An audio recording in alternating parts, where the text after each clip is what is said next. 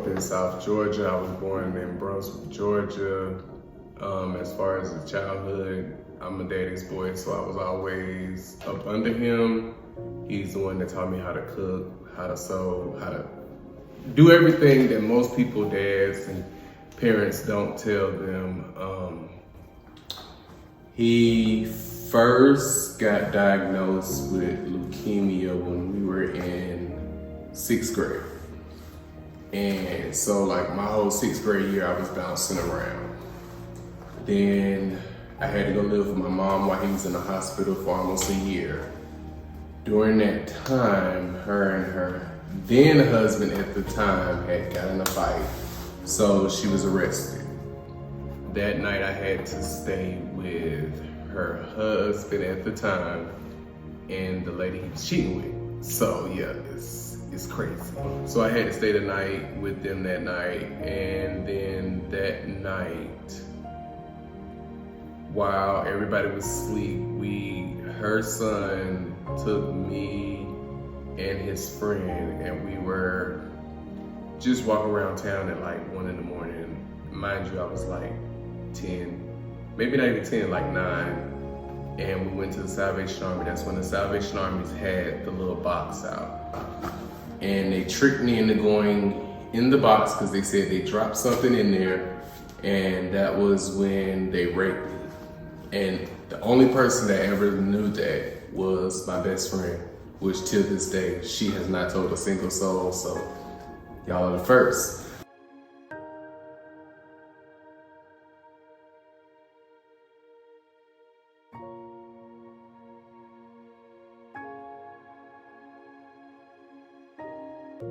Well, I went to YNA school. I was there, it was self-paced. It was supposed to have been 3 months. I finished in 3 weeks. After that, I went home for a week. Everything seemed fine. You know, it was a lot of catching up with family, with friends, spending time with my dad. I was able to do that for 2 weeks. At the 2-week time that happened, I went to check into my first duty station in Norfolk, Virginia. Once I arrived at the USS Nassau to check in, as I'm coming across the quarterdeck, I see the chaplain and a couple other people running towards me, and they're calling my name like, "We have to talk to you, we have to talk to you." And I'm like, I just checked in, I didn't know what was going on, so they took me into the office. And they were like, "Well, when you left, your dad went in the hospital." And I'm thinking like, okay, everything's fine. And then he was like, "But he passed this morning." And at that moment when I heard that, I did attempt to jump over the ship. I literally tried to go overboard because my dad has always been my world. And without him in it, it's like a lot of times you feel lost. And I do feel lost sometimes, but I don't show it.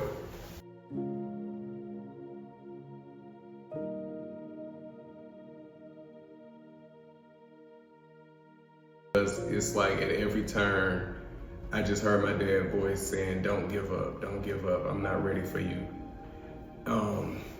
So after that happened,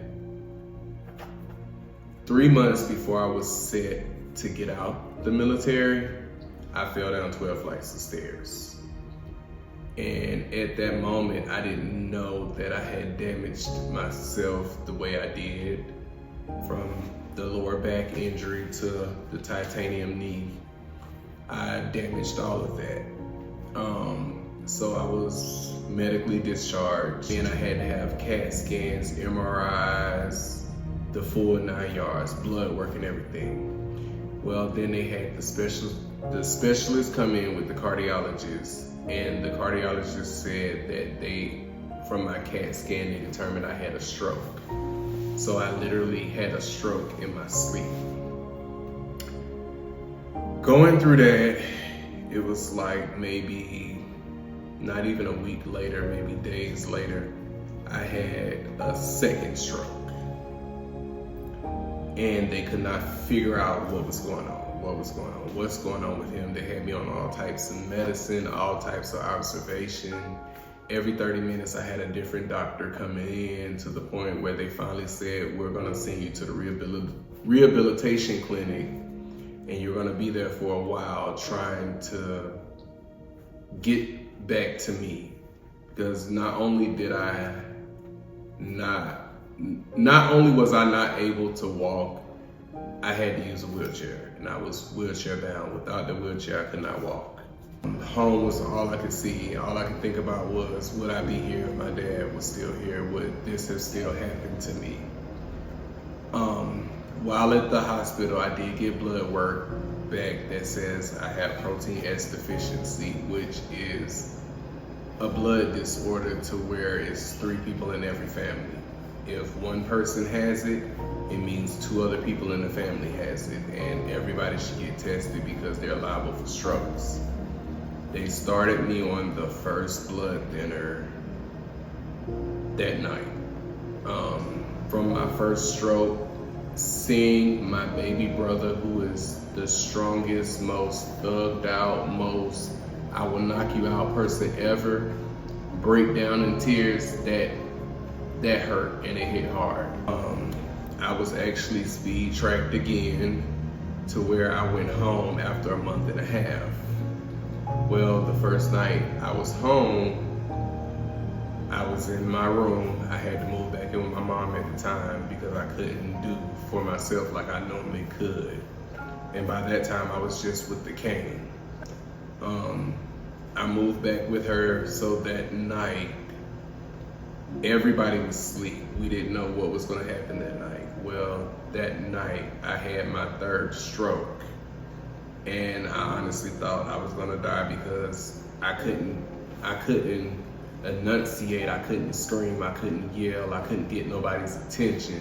Maybe 5 minutes later, while I'm gasping for air, can't move, none of that, you just hear banging on the doors, banging on the windows, and it was a lot.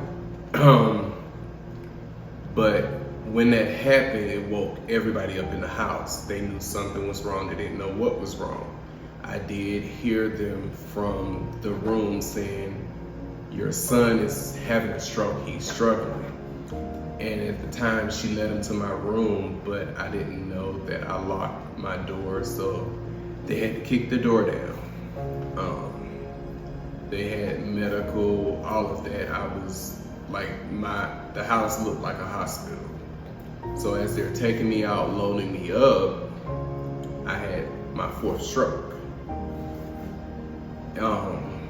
After that 4th stroke, it was like, I'm never gonna be right again. I'm never gonna be able to do certain things that I did before that I can't do now. When that happened, it was like, I really wanted to give up on life at that time.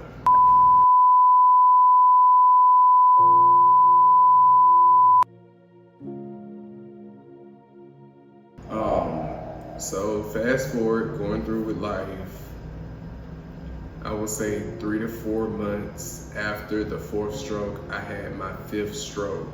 And that 5th stroke, at that time, it was like, no, I'm finna just give up. I don't wanna be here, I don't wanna do none of that. I just didn't want anything. And it took for my dad's mom, who is my grandma, to actually sit me down and talk to me like, this is your test. This is your testament. You're going through this because he knows you're strong and you're gonna make it through. And since then, it's like I've been doing I'm on Pradaxa.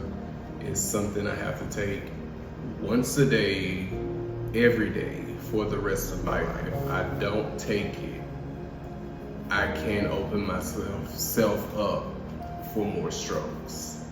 And since 2013, I have not had not one stroke. Because to me, taking that pill is life or death. Other people might say it's the extreme. You're gonna you're gonna do this, you're gonna do that, you're gonna lose your mind, you're gonna forget. You won't forget if you've had a near-death experience. That is one pill I take consistently, consecutive at the same time every day. And I not only do that for me, but I do that for my family because I know I have them looking up to me. I have a niece who's autistic, and we found out that my sister was pregnant with her the month after I returned home from that final stroke. So even that was more ammunition for me to keep going. So with her and my other kids, it's like, okay, I gotta keep going. Here we are in 2024. Next month will be my 1-year anniversary. I did get married last year. And my youngest son, who is Messiah, who's my twin, I do it every day for them, because if it wasn't for my husband or Messiah, I don't know where I would be now. I'd probably be ripping and running the streets, fighting consecutively, feeling down about my life, which that's something I can't do, because when people see me, they see me happy, they see me cooking, they see me being a dad, they see me being a husband, they see me being a student, because I also attend Morris Brown. But what most people see on the outside, they don't know what's on the inside, because 3 times a week, I still see a psychiatrist, faithfully. At the end of it all, you really have to talk about it, because you don't know who your story will help. You don't know who it will touch. You don't know who that testimony was for, why you went through what you went through to get to where you are today. This is my untold truth.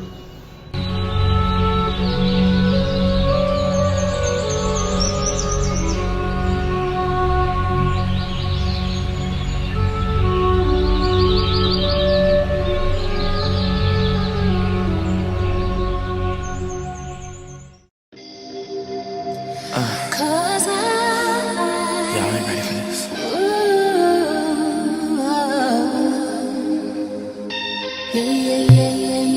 What's up, everybody? Ladies and gentlemen, of course, it's your boy Dijon, hailing all the way from Atlanta, Georgia, originally from Baltimore, Maryland.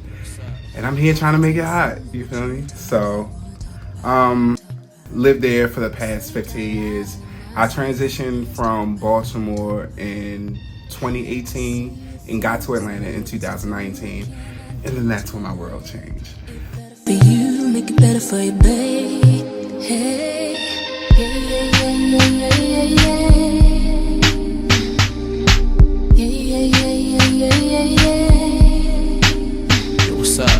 Yeah, yeah. Because I had no idea the city was like it. Like, being from up north is one thing, you know, you deal with a lot of different people, a lot of different personalities. But once you get to Atlanta, Georgia, like, and cross that threshold to Georgia, world ransacked. I got down here with dreams of doing music, and I started doing that. I started singing background vocals for a lot of great people that I met through a bald-headed demon. It was great. I learned a lot. Unfortunately, that situation ended like a lot of my situations doing life. You know, like, even with my parents and brothers and sisters, they all end on a sour note, and I'll kind of leave that where it's at. So stay tuned for that. But by the grace of God, I'm still here. I'm still rocking. I faced a lot of troubles like most people. Sexually abused at the age of 6, lasted till I was about 12, from a family member. And that played a huge part, I guess, in my growth. I developed kind of I wouldn't say inappropriate, but I've developed like a sexual appetite that was kind of inappropriate. It's just like, I wanted sex all day long. And sometimes I'm still battling with that demon, okay?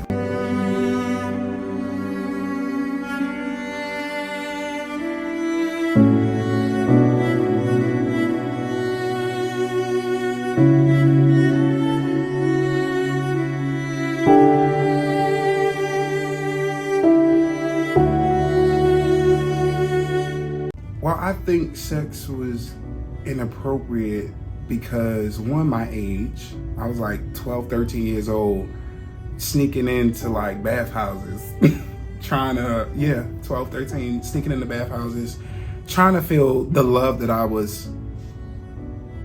thought that I was supposed to feel, I guess. Because like I said, it was done by a family member. And I want y'all to hear me clearly when I say this. It's not right for anyone to touch on anyone underage. But when it was happening for so long, I got used to it. And I think in a weird way, I started to kind of expect it and then like it.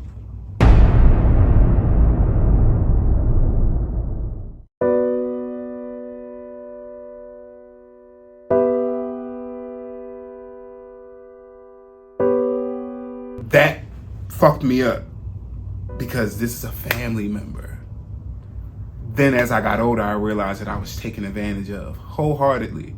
So I don't fuck with this person no more, but now I'm looking for that in everybody else.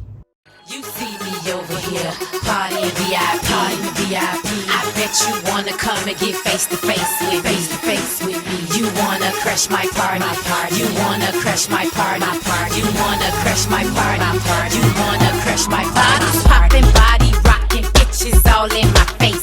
Yeah, I'm in the VIP, but they invading my space. Damn, they see my sexy body and how I'm dancing naughty. My girlfriend's grinding on me. So fast forward, I'm in Atlanta, I pop up on the scene, and the first place that I went to, Bulldogs. Now let me tell you about this club.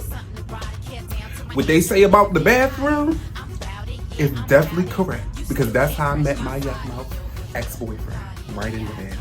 See, he lied and told people that we met on Instagram. It's a lie. It's for the church folk.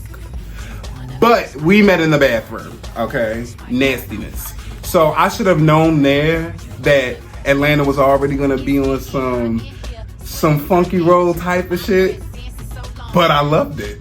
I don't want to go into a lot of details, but that was a lot of that.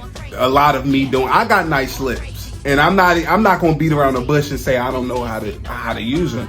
And it wasn't even, the crazy thing is, the dude I wound up like talking to wasn't the first.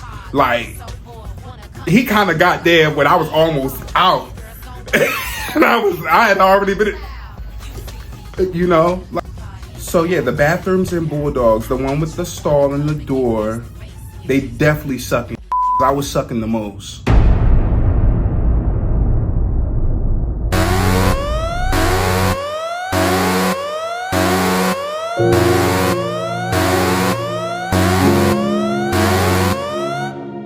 So I definitely will say that I definitely have a lot of trust issues because of my molestation. I don't even trust family too much anymore. Like the females or the males in my family, I don't really trust them. And when I get into a relationship or a situationship with people, I tell them to, you know, just be careful with me, because, you know, I'm loyal. You know, if I fuck with you, I'm gonna fuck with you. I don't like lying. And if you lie to me about the smallest thing, I feel like you'll lie to me about anything. And then after that, I'm done. Can't do it at all. What brought our relationship to the end, I was sitting in the bed, he was sitting in the bed, and there was a text message on his phone. Now, mind you, it was just from a girl that we both know mutually, but I didn't know that. You know, he's a big flirt. And I asked to see the phone, and I had never asked to see the phone before. But I had asked again, and he was ignoring me, and he did that ignoring shit all the time. So I tried to snatch it, and he snatched it back before I could grab it, and I kind of felt embarrassed. So it was a reflex. I just hit him, wow. And that's where I was like, I fucked up. Because then we started fighting. Bitch, get on. What's up? And then, you know, he was big. So I kind of had to he was throwing me. So he was catching me. So I'm like, all right, I got you. Walked out the room, grabbed the stick. What's up? The whole game changed. Running around the house, I'm hitting him with it. Bow, bow, bow. And then I lied and said I went through his phone. And then he told me everything at that point. See, sometimes you gotta lie. Because I'm like, yeah, I went through your phone talking to this nigga. He was quiet. That's when I'm like, oh, you really was talking to somebody. So then I had to delve in more, and he just started spilling. Just like a church queen. Glory. So, you know, sped on his business, and after that I left. Never look back.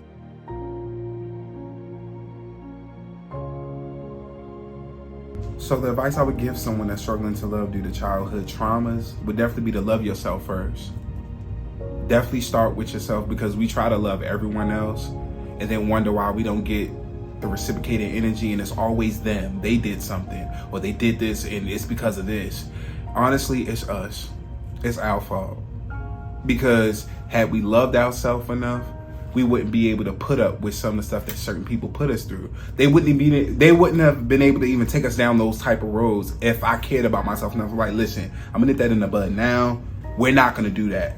I'm gonna respect you, you're gonna respect me, and if you don't wanna respect me, you can go. But a lot of people are so, especially people that's dealt with molestation, we're so afraid to be alone, or so afraid that we're missing out on the opportunity of just having somebody that will settle, or we'll make any excuse to keep that person around till it's too late. And then once that happens, you end up like me. A fine ass nigga, but with a lot of issues. I'm not ready to date anybody right now, honestly. But I'ma always try. I'ma always give love a try. But I've been loving myself a lot more. And that's where it starts. Loving yourself first. Because once you love, RuPaul said it, once you love yourself, if you can't love yourself, how the hell are you gonna love somebody else? But it's really true. So from humble beginnings, childhood molestation to like being here in Atlanta, I've learned the most to trust your instincts, trust yourself, to love yourself. And because of that, I'm ready for my first orgy. 12 niggas, what's up? Hit me up. I'm Dijon, that's my Untold Truth. Wait, look to it.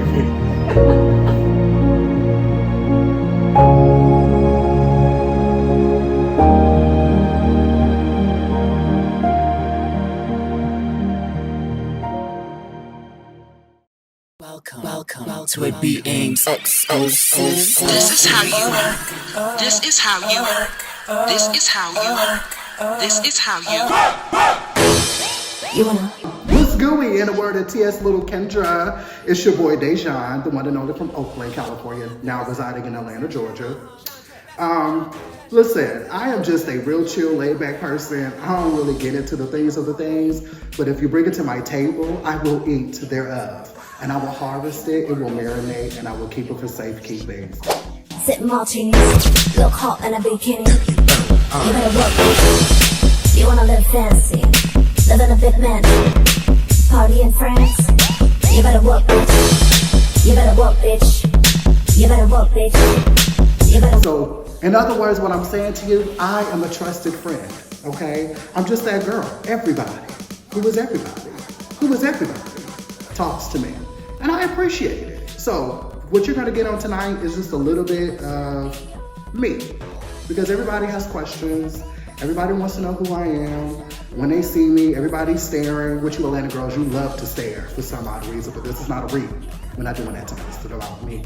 So I'm gonna tell you a little bit about me. So my childhood, honey, what childhood in the 90s was like, it was the best time ever. The best time to be alive was to be raised in the 90s. My mom was the bomb. She was an independent woman. She is still a hairstylist to this day. She is teaching in college.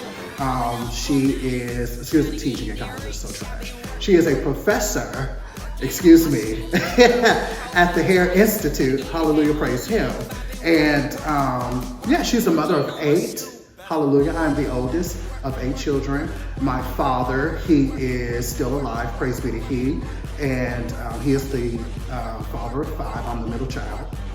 And so I had a very normal, I would say normal childhood. Traumatic side of my childhood was really just starting of the lies, losing trust in family members, being sexually assaulted, experiencing homelessness. It's a lot. It's a lot. And we're gonna get into all of that. So y'all stay tuned. Well, I'll start with my godfather, who told me that everybody knew that I was gonna be gay. It was just a thing. My mother, of course, everybody who knows, if you're in church, that's not a thing. She's not accepting that. So she did everything in her power to keep me from being gay. In that led me to be introduced to a cousin sexually assaulting me at a young age. to where we end up getting called. That's a funny story. We got called, and I was the one who got in trouble, and I was the youngest individual in between the two. So I have always recognized that I was the outcast or the black sheep of the family. So we were supposed to be outside playing with everybody else. Me and this particular cousin, they called me into the bedroom, and during that time is what we call dry humping. So that's when you got your clothes on, but y'all, you know, basically rubbing each other or rubbing against each other with your clothes on. And so me and the cousin got caught. I was on top of them, and my great-grandmother came into the room and baby, whoa, our asses out, okay? Next incident that I've experienced, I had a guy, this was my first ever bully in school. I had a guy who would literally bully me every day on the clock. Every chance he could see me, he would always try to fight, harass me, call me all kind of names, everything but a child of God. And one particular day, he called himself being nice. And because I grew up in a Christian home, that we were always to be nice to people, and we're always supposed to be kind to people, forgive them, do unto others as they would have to do unto you, and all those other kind of things. I gave him the opportunity to be nice. Well, that niceness cost to me, yet again, me being in a vulnerable moment and being taken advantage of.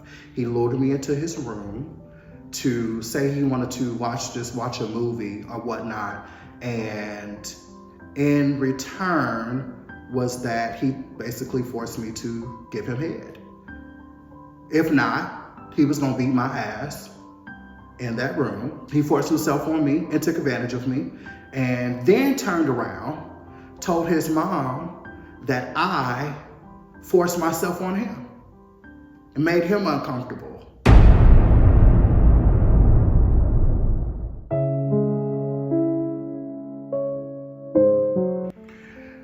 Okay, so let's get further acquainted with each other, if you don't mind, okay? I can remember as a teenager asking and praying to God to change me every day, because my mama, she wasn't happy. My stepfather, he was calling me faggots and sissies, and just, it was not good.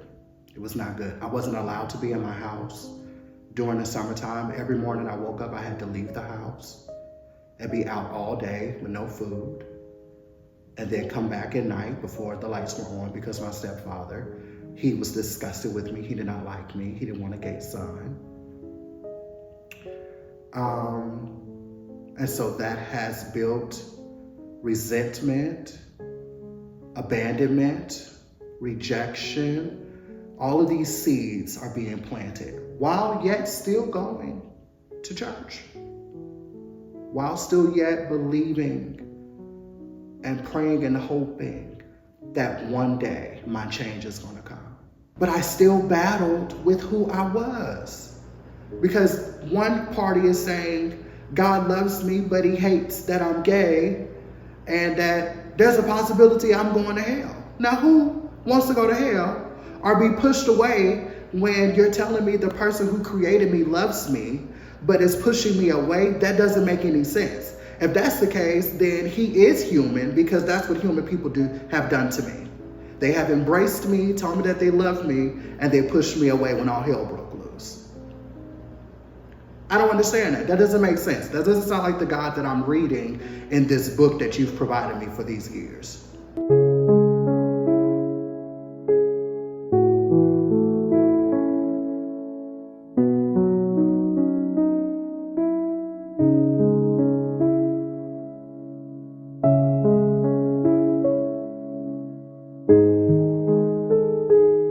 So I threw myself to men.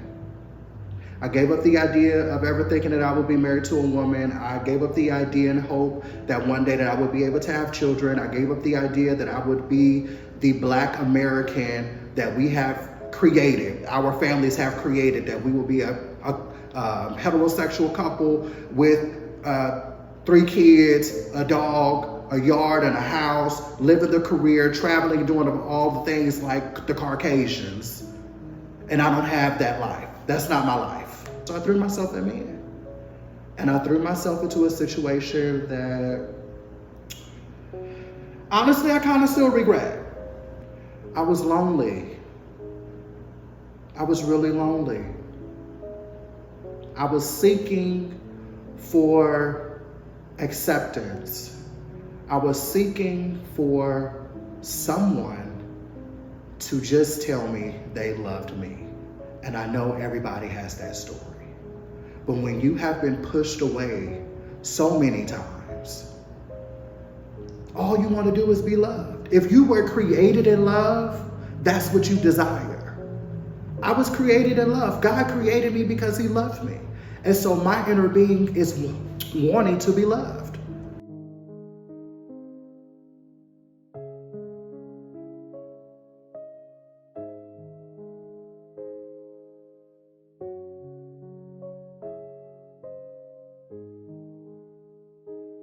Yeah, we met in 2010. I moved to Memphis July of 2011. And we were living together for 6 months.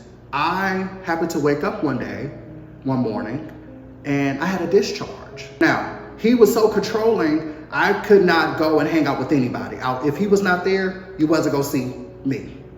That's just not happening. He wasn't allowing that. So there was no way for me to have had sex with someone else outside of our relationship. And there were a lot of times that he would travel with this other pastor because he was his organist. And there were times that I didn't get to go on the trips. My first thought was to go to the emergency room because I'm like, I don't know what the fuck this is. I don't know where this came from. Something is wrong. This is just out the normal. Honey, the people tell me I got, I think chlamydia, gonorrhea, what is it, where I got to get the shot up my ass. Honey, I was just confused. I was like, what the fuck is going on? We had got into a real bad argument, really, really bad, to where he went and got a gun and he was gonna shoot me. That motherfucker was gonna kill me because he had it in his mind that I was cheating on him. December 26, 2011. I remember specifically the time. It was 11:37 a.m. I had been there since 9:30. They made me wait for 2 hours to tell me what they wanted to tell me. Get me to the back, sweet lady. I'm in a room full of pamphlets and shit. And in my mind, I'm like, they're telling me I got AIDS. They're telling me I got AIDS. They're telling me I'm gonna die. They're telling me that I don't know what the fuck they're gonna tell me, but what I know is it ain't good, I'm not gonna like it, and I'm going to spaz out.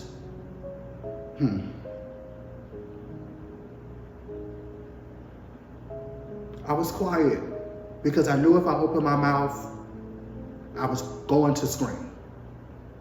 And she says, well, okay, Mr. Cunningham,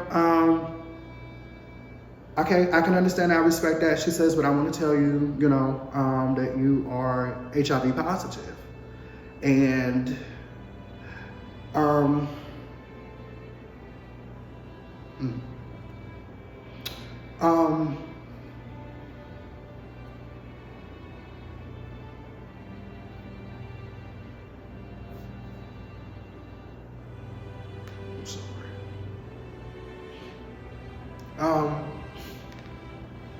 in that moment, I just wanted to curl up like a baby and just end it right there. Because I did everything that I was supposed to do in my mind. I took care of myself. I used condoms. I did what I was told to do. And here I am. The very moment that I open myself up, give myself, I'm honest, I tell my truths, I tell my secrets, I let you in my closet, I let you look through all my shit, and you give me an incurable disease. At 22. You go ahead and end this. Now they really ain't gonna wanna fuck with me now. And now I gotta tell every nigga that I fuck with that I got HIV. Are you fucking kidding me? This is where we are.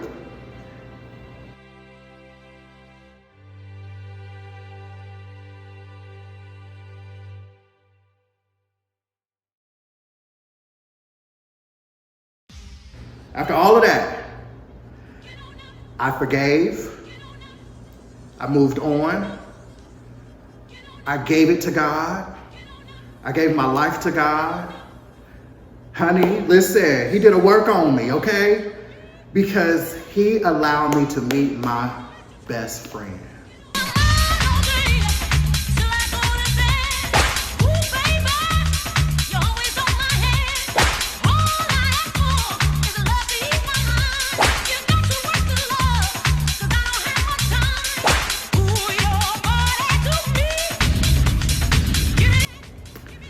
Tell you, my best friend is my soulmate. Like, when you know, you know. You know. I can't explain it because it's an inner feeling of connection. It's an inner feeling of certainty. And if you've never ever been sure about something, if you've never really believed in something, you are going to bypass this feeling. So I would advise, if you're talking to somebody, don't waste your time. Build it. Build the legacy. Build the empire. Build the enterprise. Because in the long haul, you can end up like me and with a ring.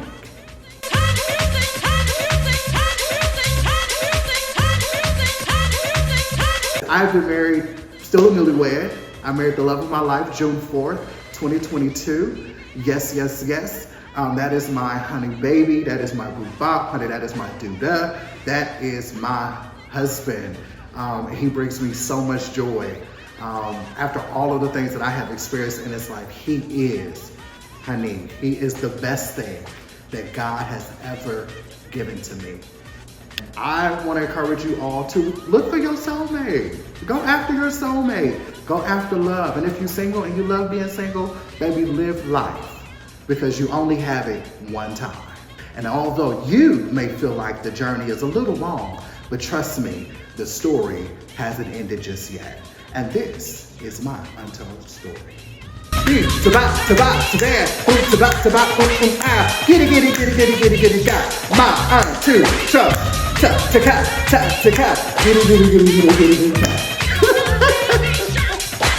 Hey, what's up, y'all? This your boy Ace, the producer of My Untold Truth.